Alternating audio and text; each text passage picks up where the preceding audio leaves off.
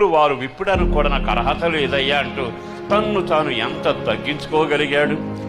ఈ రోజున యేసు కొరకు నేను జీవిస్తున్నాను చేతులెచ్చి చప్పట్లు కొట్టి గంభీరంగా మాట్లాడుతున్న మన జీవితంలో లోబడే మనసు ఉందా?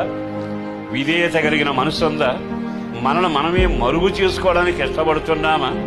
ఒక సేవకుడుగా నేను చెప్పగలిగిన మాట, మీ కుటుంబాలు వృద్ధి పొందాలి అనుకుంటే మీరు దేవుని కొరకు ఏమైనా చెయ్యండి. మీరు దేవుని చేతిలో మరుగయ్యుందురుగాక, ఆయనకు లోబడి ఉందురుగాక. ఏనాడు నీవు కనబడాలని ఆశపడకూడదు.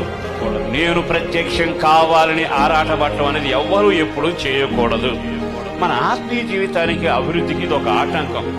చాలాసార్లు దేవుడు మనల్ని దీవించడానికి వస్తాడు, కానీ మనం చేసేది ఏమిటంటే ఆయన కనపరచడం కంటే మన ఘనతను కనపరచడానికి ఇష్టపడతాం. ఎప్పుడైతే అలా చేస్తామో దేవుని కార్యాలు మన ముందు కనబడవు.